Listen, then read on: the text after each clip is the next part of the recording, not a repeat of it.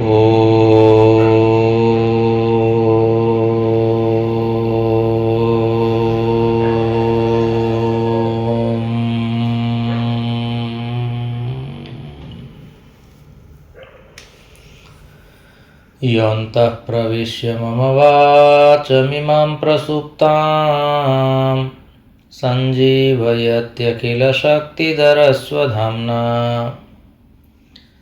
अन्यांश्च हस्तचरणश्रवणत्वगादीन् प्राणान् नमो भगवते पुरुषाय तुभ्यम्। अनन्याश्चिन्तयन्तो मां ये जनाः पर्युपासते तेषां नित्याभियुक्तानां योगक्षेमं वहाम्यहम्। सदाशिवसमारम्भां शङ्कराचार्यमध्यमाम् अस्मदाचार्यपर्यन्तां वन्दे गुरुपरम्पराम्। गुरुर्ब्रह्मा गुरुर्विष्णुः गुरुर्देवो महेश्वरः गुरुः साक्षात् परं ब्रह्म तस्मै श्री गुरवे नमः। ओम शांति शांति शांति।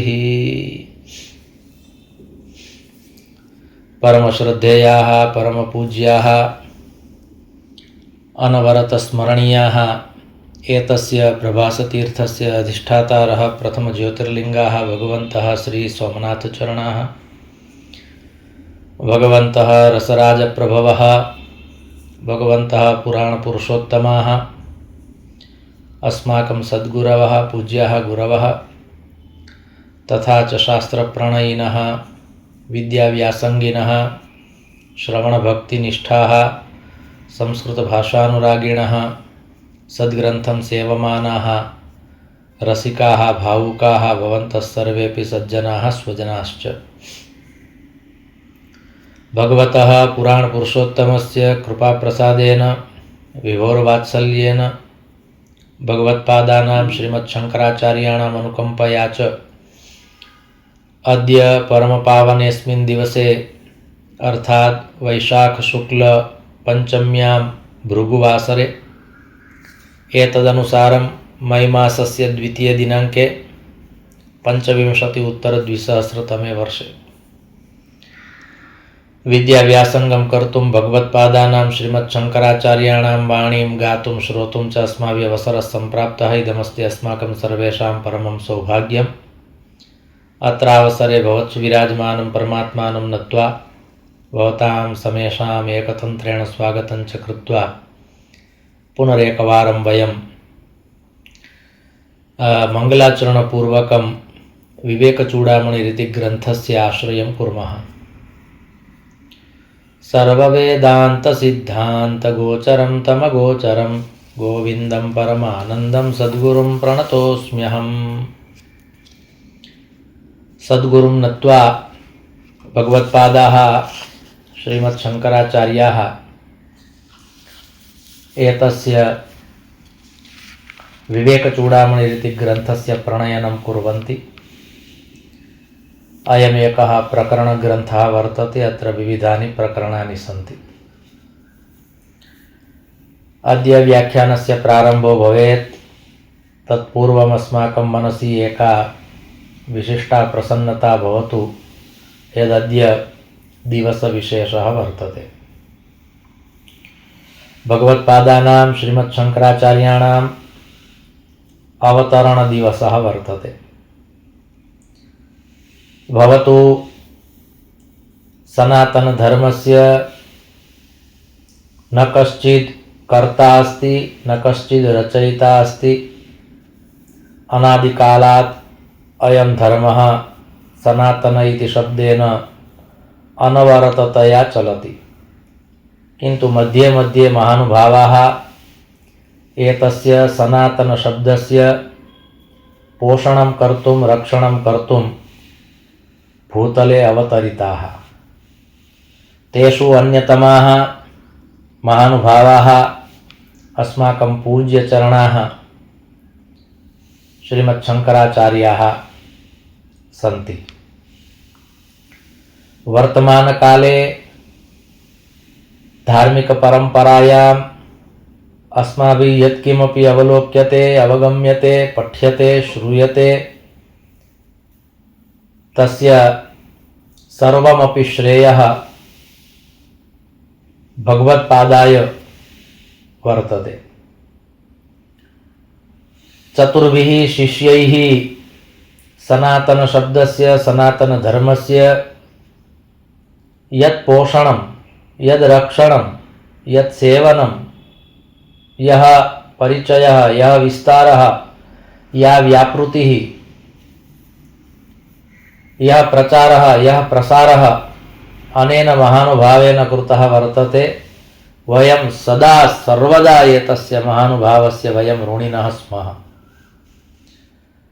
प्रतिदिनं प्रातः अस्माभिः विवेकचूडामणिरिति ग्रन्थस्य आश्रयः क्रियते, किन्तु अद्य एतस्य ग्रन्थस्य यः रचयिता अस्ति सः यस्मिन् दिवसे भूतले अवतरितः सोऽयं दिवसः, अर्थात् वैशाख शुक्ल पंचमी।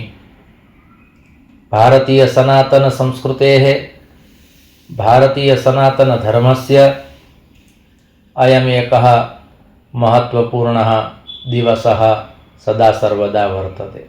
वस्तुतः ये सनातन धर्मोपासकाः सन्ति तेषां तु अद्य दीपावलिः अस्ति। भगवत्पादैः त्रिविधाः ग्रन्थाः रचिताः सन्ति। यदि एकवारम् अस्माभिः भगवत्पादानां जीवनकवनं पठ्यते चेत् ज्ञातुं शक्यते यदनेन महानुभावेन अल्पवयसि किं कृतं, कियत् कृतं, तदपेक्षया अस्माभिः किं क्रियते, वयं किं कुर्मः। त्रिविधेषु ग्रन्थेषु भगवत्पादैः सर्वादौ लिखितं भाष्यम् इति कृत्वा उपनिषत्सु, श्रीमद्भगवद्गीतायाम् एवं च ब्रह्मसूत्रे इति त्रिषु ग्रन्थेषु, त्रिविधेषु ग्रन्थेषु भगवत्पादैः भाष्यं लिखितं। षोडशे कृतवान् भाष्यम्। भगवत्पादानाम् आयुः 16 वर्षात्मकमासीत्। तस्मिन् समये भगवत्पादैः ब्रह्मसूत्रे भाष्यं लिखितं। वस्तुतः सा प्रेरणा आसीत् भगवतः वेदव्यासस्य। शङ्करं शङ्कराचार्यं केशवं बादरायणं सूत्रभाष्यकृतौ वन्दे भगवन्तौ पुनः पुनः इति अस्माभिः उच्यते, श्रूयते। सा विस्तृता कथा वर्तते यद् वाराणस्यां हरिहरयोः संगमः संजातः। हरिहरयोः नाम व्यासाय विष्णुरूपाय, व्यासरूपाय विष्णवे नमो वै ब्रह्मनिधये वासिष्ठाय नमो नमः इति अस्माभिः उच्यते। तर्हि भगवान् वेदव्यासः हरिरूपः। एवं च शङ्कराचार्यः शङ्कररूपः वर्तते। तर्हि एवं प्रकारेण वाराणस्याम् एतयोः द्वयोः संगमः संजातः इति कृत्वा काश्याः वाराणस्याः एकं विशिष्टं महत्त्वमस्ति। तस्य बहूनि कारणानि सन्ति, किन्तु तत्र इदमपि एकं कारणं वर्तते यत् तत्र हरिहरयोः उत्तमः कश्चित् संगमः संजातः वर्तते। कः कालः एतस्य महानुभावस्य तद्वयं न जानीमः।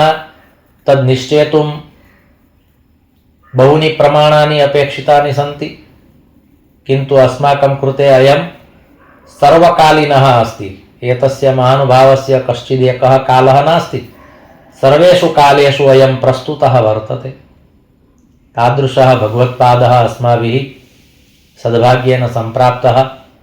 पुनश्च अत्र अनेन महानुभावेन भाष्यं लिखितम् इति भाष्यग्रन्थाः भगवत्पादानां श्रीमच्छङ्कराचार्याणां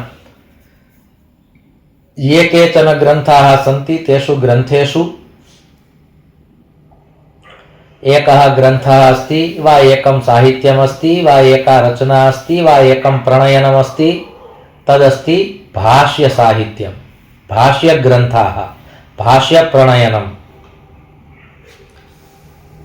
एवं प्रकारेण भगवत्पादानां द्वितीयं साहित्यं द्वितीया रचना द्वितीयं प्रदानं वर्तते स्तोत्रसाहित्येषु। भगवत्पादैः उत्तमानि स्तोत्राणि लिखितानि सन्ति।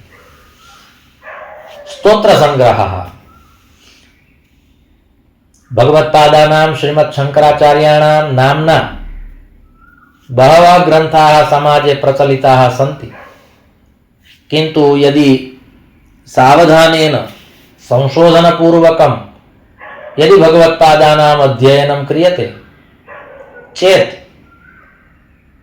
तत्र एते त्रिविधाः ग्रन्थाः सन्ति। तत्र द्वितीयं स्थानमस्ति स्तोत्रग्रन्थानाम्, अर्थात् स्तोत्राणि।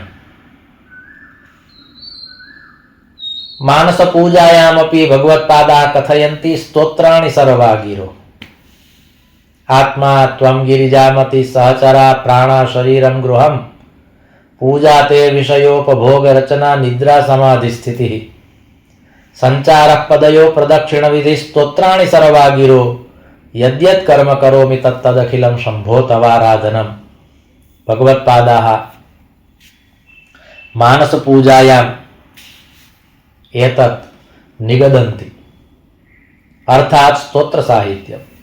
बहूनि स्तोत्राणि तादृशानि सन्ति यत्र अन्ते इति श्री आदिशंकराचार्य विरचितम् इदं स्तोत्रम् इदं काव्यम् एवं प्रकारेण तत्र पुष्पिका लिखिता वर्तते। किन्तु संशोधनस्य अयम् एकः विषयः। वाराणस्यां केनचित् एकेन विदुषा अत्र बहु संशोधनं कृतं। संशोधनान्ते उक्तं यत् आदिशंकराचार्याणां कानि स्तोत्राणि सन्ति, कति स्तोत्राणि सन्ति इति यदि अस्माभिः निर्णयः कर्तव्यः वर्तते चेत् 250 स्तोत्राणि सन्ति। तानि 250 स्तोत्राणि एव आदिशंकराचार्येण विरचितानि सन्ति। अन्यानि यानि स्तोत्राणि सन्ति येषु स्तोत्रेषु पुष्पिकायां भगवत्पादस्य नाम वर्तते तानि सर्वाण्यपि स्तोत्राणि केवलं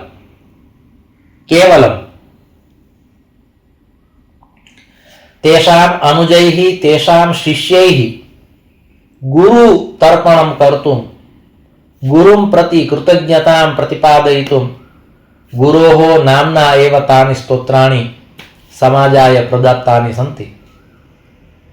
विचारयन्तु कीदृशी अस्माकम् इयं परम्परा। यदि छात्राः किमपि कुर्वन्ति, यदि शिष्याः किमपि कुर्वन्ति चेदपि तत्र नाम गुरोः एव भवति। कारणं गुरोरनुग्रहेणैव पुमान् पूर्णः प्रशान्तये इति साक्षात् भगवता श्रीकृष्णेन श्रीमद्भागवत महापुराणे 10 स्कन्धे उक्तं वर्तते। गुरोरनुग्रहेणैव पुमान् पूर्णः प्रशान्तये। यदि गुरुः अनुग्रहं करोति चेत् पुमान् मनुष्यः पूर्णः भवति, प्रशान्तश्च भवति। यदि अस्माकं जीवने शान्तिः अस्ति, यदि अस्माकं जीवने सन्तोषः अस्ति चेत् अस्माभिः अवगन्तव्यम् अत्र गुरोः कृपाप्रसादः वर्तते। नान्यथा न सन्तोषः न शान्तिः। अत्र गुरोरनुग्रहेणैव पुमान् पूर्णः। मनुष्यः पूर्णः भवति सन्तोषेण, मनुष्यः पूर्णः भवति शान्त्या। एतौ द्वौ गुणौ यदि अस्माकं जीवने आगच्छतः चेत् अत्र गुरोः कृपाप्रसादः अस्ति, गुरोः करुणा अस्ति इति अस्माभिः अवगन्तव्यम्। तर्हि अन्यैः शिष्यैः अपि यानि स्तोत्राणि रचितानि तानि सर्वाण्यपि स्तोत्राणि भगवत्पादस्य नाम्ना एव प्रकाशितानि। विशेषतः देव्यापराधक्षमापणमिति एकं स्तोत्रं वर्तते। तत्र एकः श्लोकः अस्ति। तेन श्लोकेन पुनः संशोधनं जातं यद् भगवत्पादानाम् आदिशङ्कराचार्याणाम् आयुः 32 वर्षात्मकमासीत्। 8 वर्षे चतुर्वेदी, 12 सर्वशास्त्रवित्, 16 कृतवान् भाष्यं, 32 मुनिरभ्यगात् इति प्रसिद्धः श्लोकः वर्तते। अनेन एकेन श्लोकेनैव भगवत्पादानां सम्पूर्णोऽपि परिचयः आगच्छति। यद् व्यक्तित्वं कीदृशम्, एवं च किं कृतं 32 वर्षेषु भगवत्पादैः किं कृतं, जगते किं कृतं, जगते किं दत्तं। महापुरुषाः सदा सर्वदा दातुं समायान्ति, न तु ग्रहीतुं। ते यच्छन्ति। यथा वृक्षाः, यथा मेघाः सदा सर्वदा एते यच्छन्ति। भवन्ति नम्रास्तरवः फलोद्गमैर्नवाम्बुभिर्भूरिविलम्बिनो घनः अनुद्धता सत्पुरुषः समृद्धिभिः स्वभाव एवैष परोपकारिणाम्। प्रसिद्धं पद्यं वर्तते। अत्र उक्तं महापुरुषाः सदा सर्वदा परोपकारं कर्तुमेव भूतले समायान्ति। तत्र वृक्षाः सन्ति, तत्र मेघाः सन्ति, तत्र महापुरुषाः सन्ति। त्रयाणाम् उदाहरणानि प्रदत्तानि सन्ति। अर्थात् यदि महापुरुषत्वं वर्तते अस्मासु, तद् केन स्पष्टं भवति? दीत्सया स्पष्टं भवति। दीत्सा अर्थात् दातुम् इच्छा। यत्र दातुम् इच्छा भवति, ग्रहीतुम् इच्छा न भवति। महापुरुषाणां परस्पर सम्बन्धः भवति चेत् तत्र कदाचित् आदानं प्रदानं भवति। यथा उत्तररामचरिते भवभूतिः कथयति, जनकानां रघूणां च सम्बन्धः कस्य न प्रियः, यत्र दाता गृहीता च स्वयं कुशिकनन्दनः। यत्र दाता अपि यत्र गृहीता अपि स्वयं कुशिकनन्दनः। अत्र भगवत्पादाः अपि जगते किमपि दातुं समायाताः, सनातनशब्दस्य रक्षणाय समागताः। एवं च पञ्चायतन पूजा अयम् एकः यः उपक्रमः प्रदत्तः, तेन अस्माकं सर्वाण्यपि शास्त्राणि पुनः एकवारं सुरक्षितानि जातानि। विशेषतः पूजायां कस्यचित् ग्रन्थस्य मार्गदर्शनं विशेषतः अपेक्षितमस्ति चेत् सः ग्रन्थः अस्ति आगमग्रन्थः। अस्माकम् आगमग्रन्थेषु कर्मकाण्डस्य उत्तमं निरूपणं कृतं वर्तते। यत् कः उपक्रमः कदा कर्तव्यः, कस्य देवस्य केन प्रकारेण पूजा भवति। यथा गाणपत्यागमः वर्तते, वैष्णवागमः अस्ति, शैवागमः अस्ति, शाक्तागमः अस्ति, सौरागमः। एवं प्रकारेण पञ्चायतन देवानां पूजनं कर्तुं यः एकः विशिष्टः उपक्रमः येषु आगमग्रन्थेषु निरूपितः वर्तते, तेषां पञ्चायतन देवानां पूजनोपक्रमः पुनरेकवारं भारते संस्थापयितुम् अयं महानुभावः अवतरितः। पुनश्च तस्य देवस्य भगवत्पादैः स्तुतिरपि विहिता, अर्थात् स्तोत्राणि रचितानि। भगवत्पादानां विविधानि स्तोत्राणि सन्ति। यदि एकवारम् अस्माभिः तस्य केवलम् अनुसन्धानं क्रियते यद् भगवत्पादानां कानि स्तोत्राणि सन्ति, अस्माभिः पुरुषार्थः कर्तव्यः, परिश्रमः कर्तव्यः। यद् भगवत्पादानां तानि 250 स्तोत्राणि कानि सन्ति, तत्र अन्नपूर्णा स्तोत्रं वर्तते, महिषासुरमर्दिनी स्तोत्रम् अस्ति, भजगोविन्दं, मोहमुद्गल स्तोत्रं वर्तते, अम्बाष्टकं वर्तते, भवान्यष्टकं, गुरुवष्टकं, निर्वाणषट्कम्। एवं प्रकारेण तत्र विविधानि स्तोत्राणि भगवत्पादैः रचितानि सन्ति। तत्र एकं नर्मदाष्टकमप्यस्ति। केवलम आदिशंकराचार्येण यानि स्तोत्राणि लिखितानि सन्ति तेषां स्तोत्राणाम् एव एकवारम् अस्माभिः सम्यक् प्रकारेण अध्ययनं कर्तव्यं, येन ज्ञातुं शक्यते यत् भगवत्पादे अपि भगवतः स्तुतिं कर्तुं कीदृशः भावः एकः समुत्पन्नः। स्तोत्रमर्थात् भगवत् प्रशंसा, स्तोत्रमर्थात् भगवद् गुणाः, स्तोत्रमर्थात् अस्माकं भगवन्तं प्रति समर्पणं।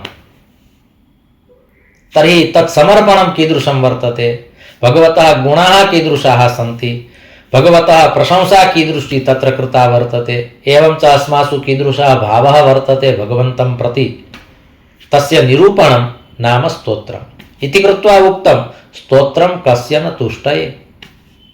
कः तादृशः अस्ति यः स्तोत्रेण तुष्टः न भवति, अर्थात् प्रशंसया के प्रसन्नाः न भवन्ति, सर्वेपि प्रशंसया प्रसन्नाः भवन्ति। अर्थात् भगवत्पादैः अपि यत्र यत्र साक्षात्कारः कृतः, यत्र यत्र काचिद् अनुभूतिः कृता, तत्र तत्र सहजावस्थायां तानि स्तोत्राणि समागतानि। एकैकस्य स्तोत्रस्य पृष्ठे या कथा निरूपिता वर्तते, कुत्रचित् न केवलं कथा अस्ति, कुत्रचित् व्यथा अस्ति। यथा मनीषा पंचकम् एकं स्तोत्रं वर्तते भगवत्पादानां, कनकधारा स्तोत्रं, सौन्दर्यलहरी, एवं प्रकारेण भगवत्पादैः यद्यद् विरचितं वर्तते तत्तत् सर्वमपि कस्यां परिस्थितौ एतत् सर्वम् आगतम् इति अस्माभिः अवगन्तव्यं। केवलं स्तोत्रं न पठनीयं, तस्य स्तोत्रस्य पृष्ठे का कथा अस्ति, का व्यथा अस्ति। काव्यं दुःखात् समुत्पन्नं भवति, न केवलं सुखात्। भगवत्पादैः यत्र यत्र या या अनुभूति कृता तत्र तत्र साक्षात् तत् स्तोत्रं सहजावस्थायाम् आगतम्। स्तोत्राणि रचयितुं भगवत्पादः न उपविशति, किन्तु यदा या परिस्थितिः आगच्छति तस्मिन् समये तत् स्तोत्रम् आगच्छति। तर्हि एवं प्रकारेण द्वितीयं प्रणयनं रचना स्तोत्रसाहित्यस्य भगवत्पादैः कृता वर्तते। भगवत्पादस्य च विविधानि स्तोत्राणि सन्ति, किन्तु भवद्भिः, न केवलं भवद्भिः, अस्माभिः मिलित्वा एतदपि एकं स्पष्टं कर्तव्यं, तानि 52 स्तोत्राणि कानि सन्ति। पुनरेकवारं तानि स्तोत्राणि यदि मिलन्ति चेत् एकवारम् अभ्यासः कर्तव्यः। एतस्मिन् वर्षे अर्थात् अद्य भगवत्पादस्य प्रादुर्भावदिवसः अस्ति इति कृत्वा तानि स्तोत्राणि यदि मिलन्ति चेत् आवर्षं तेषां स्तोत्राणाम् एकवारम् अस्माभिः मिलित्वा अध्ययनं कर्तव्यं, पाठः कर्तव्यः केवलं। वस्तुतः अयमपि एकः उपक्रमः, इदमपि एकं कर्तुं शक्यते यत् भगवत्पादस्य यदा यदा चर्चा भवति वा यदा यदा व्याख्यानस्य अवसरः मिलति तदा तदा कस्यचित् एकस्य स्तोत्रस्य आदौ पाठः, तदनन्तरं व्याख्या तस्य स्तोत्रस्य वा विवेकचूडामणेः। एवं च भगवत्पादस्य तृतीयः ग्रन्थः, तृतीया रचना, तृतीयं प्रणयनं वर्तते विवेकचूडामणिः। न केवलं विवेकचूडामणिः अपितु प्रकरणग्रन्थाः। वस्तुतः शास्त्रेषु एवं च अस्माभिः परम्परया इदं ज्ञातुं शक्यते यद् विवेकचूडामणिरिति ग्रन्थः भगवत्पादानाम् अन्तिमः ग्रन्थः वर्तते, अन्तिमा रचना। उत्तमः अयं ग्रन्थः। पुनश्च एतस्य ग्रन्थस्य गणना भवति प्रकरणग्रन्थे। कः प्रकरणग्रन्थः? तर्हि यस्मिन् ग्रन्थे विविधानि प्रकरणानि सन्ति, विशिष्टं विषयम् आदाय कतिपय श्लोकाः भवन्ति, तेषु श्लोकेषु तस्य विषयस्य स्पष्टता भवति। एवं प्रकारेण अयं विवेकचूडामणिरिति ग्रन्थः एकः प्रकरणग्रन्थः वर्तते। इदानीं यस्य ग्रन्थस्य अस्माभिः आवर्षम् उपासना क्रियते तस्य ग्रन्थस्य कदाचित् अहं न स्मरामि, इदं तु कदाचित् अस्माकं 43+200 व्याख्यानम् अस्ति। 43+200 व्याख्यानम् अस्ति इदम्। तर्हि विवेकचूडामणिरिति ग्रन्थस्य यदा अस्माभिः प्रारम्भः कृतः तस्मिन् समये विवेकचूडामणिरिति शब्दस्य अस्माभिः कियती चर्चा कृता इति न संस्मरामि, किन्तु अद्य दिवसविशेषे पुनरेकवारम् अहं स्मारयामि यद् विवेकचूडामणिरिति ग्रन्थस्य उपासना क्रियते चेत् यदि कश्चित् पृच्छति, यदि कश्चित् न पृच्छति चेत् स्वयं एका जिज्ञासा अस्माभिः स्वेनैव क्रियते यद् विवेकचूडामणिरिति ग्रन्थस्य कोऽर्थः। शाब्दिकः अर्थः न तात्पर्यार्थः। किमर्थं भगवत्पादैः एतस्य ग्रन्थस्य नामाभिधानं कृतं विवेकचूडामणिरिति। अत्र किं तात्पर्यं स्यात् एतस्य ग्रन्थस्य नामकरणसंस्कारे? किं प्रयोजनं, किं तात्पर्यं, किं रहस्यम्? एतदस्माभिः सावधानेन श्रोतव्यम्। भाष्यग्रन्थानाम् अस्माभिः चर्चा न क्रियते, कारणं कस्यचित् मूलग्रन्थस्य यद् भाष्यमस्ति तद् भाष्यं वयं न पठामः, भाष्यविषये अस्माकं चर्चा नास्ति। कस्यचित् स्तोत्रस्य अस्माभिः व्याख्यानं क्रियते, एवं च तस्मिन् विषये व्याख्यानं नास्ति इति कृत्वा, नान्यथा स्तोत्रविषयेपि बहु वक्तव्यं भवति। यत् स्तोत्रमर्थात् किं, स्तोत्रशब्दस्य कः अर्थः, तत्र कः मूलधातुः, एवं प्रकारेण। किन्तु इदानीम् अस्माभिः विवेकचूडामणिरिति ग्रन्थस्य उपासना क्रियते इति कृत्वा इदं तु निश्चयेन इदं ज्ञेयं भवति यद् विवेकचूडामणिरिति ग्रन्थस्य कोऽर्थः। विवेकचूडामणिः इति ग्रन्थस्य नामाभिधानं भगवत्पादैः किमर्थं कृतं? यदा स्वशिष्यैः, भगवत्पादानां ये शिष्याः आसन् तैः शिष्यैः जीवनस्य अन्तिमे भागे यदा एका जिज्ञासा कृता तस्मिन् समये अन्तिमोपदेशः अनेन ग्रन्थेन भगवत्पादैः प्रदत्तः। अन्तिमोपदेशः इति वक्तुं शक्यते। विवेकचूडामणिः अर्थात् भगवत्पादानाम् अन्तिमः उपदेशः।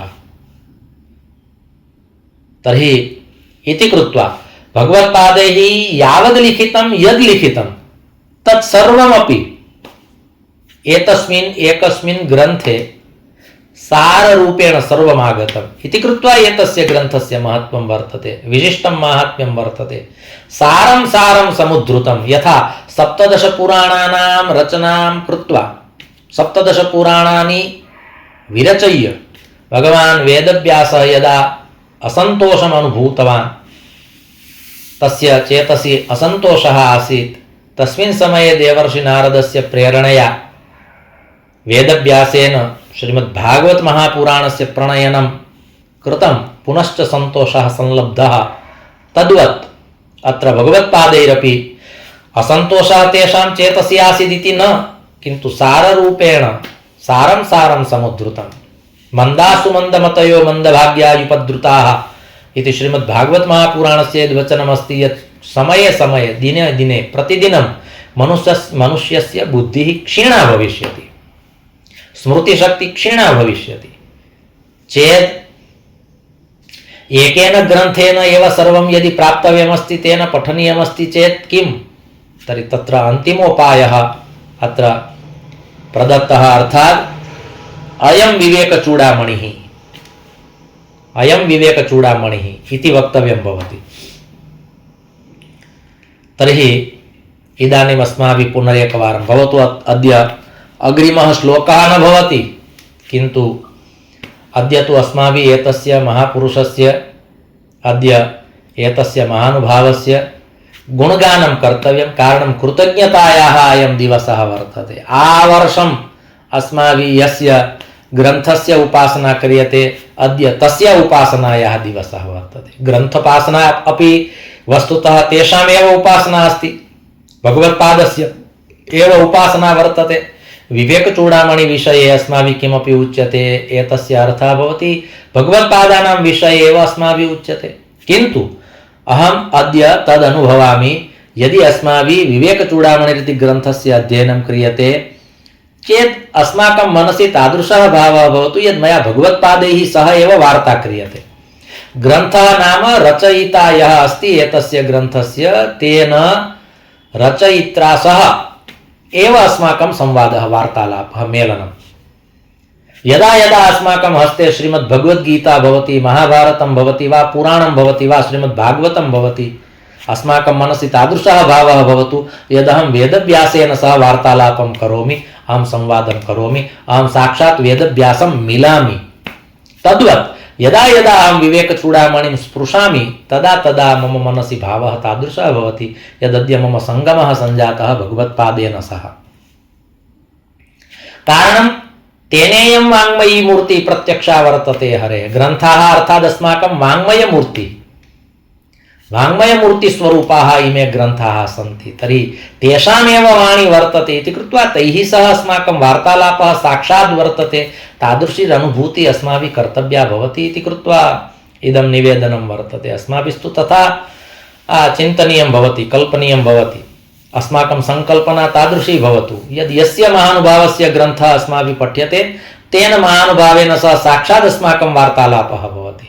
अत्रापि भगवत्पादैः विवेकचूडामणिरिति ग्रन्थः यदि प्रदत्तः अस्ति चेत् एतस्य ग्रन्थस्य तात्पर्यं किं? तर्हि अत्र एकः शब्दः अस्ति विवेकः।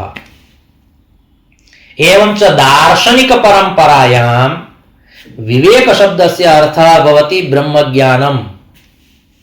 इदानीं पुनरेकवारं सावधानाः भवन्तु। विवेकशब्दस्य अर्थः भवति ब्रह्मज्ञानम्। एवञ्च चूडामणिः, चूडामणिः इति एकम् आभूषणं वर्तते, किन्तु अत्र आभूषणरूपः एव ग्रन्थः वर्तते, किन्तु चूडामणिरिति शब्दस्य अर्थः भवति सर्वश्रेष्ठः। तस्मात् अधिकं श्रेष्ठम् अन्यत् किमपि नास्ति इति यदा वक्तव्यं भवति तदानीं तत्र चूडामणिः इति शब्दस्य प्रयोगः क्रियते। चूडामणिः, शास्त्रचूडामणिः। इदानीं विद्वत्परम्परायां, शास्त्रपरम्परायां कस्यचित् विदुषः सम्माननं भवति चेत् तत्र एकः शब्दः प्रयुक्तः वर्तते, शास्त्रचूडामणिः। अयं कः महानुभावः? शास्त्रचूडामणिः इति सम्माननेन सम्मानितः अयं महानुभावः शास्त्रचूडामणिः। अर्थात् सर्वश्रेष्ठं शास्त्रं सर्वश्रेष्ठरीत्या यः जानाति तस्मै पुरस्कारः प्रदीयते शास्त्रचूडामणि इति।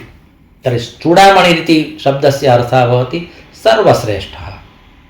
तस्मात् अधिकं श्रेष्ठम् अन्यत् किमपि नास्ति। अर्थात् इदानीं द्वयोः शब्दयोः सङ्गमः क्रियते चेत्, समासः क्रियते चेत् अर्थः भवति विवेकः अर्थात् ब्रह्मज्ञानं, चूडामणिः अर्थात् सर्वश्रेष्ठः वा सर्वश्रेष्ठं। तर्हि ब्रह्मज्ञानाय सर्वश्रेष्ठं यद् अस्ति तद् एतस्मिन् ग्रन्थे अस्ति। यदि भवन्तः विचारयन्ति यद् मयि ब्रह्मजिज्ञासा अस्ति, अथातो ब्रह्मजिज्ञासा इति प्रसिद्धं सूत्रं वर्तते। कस्य? ब्रह्मसूत्रस्य।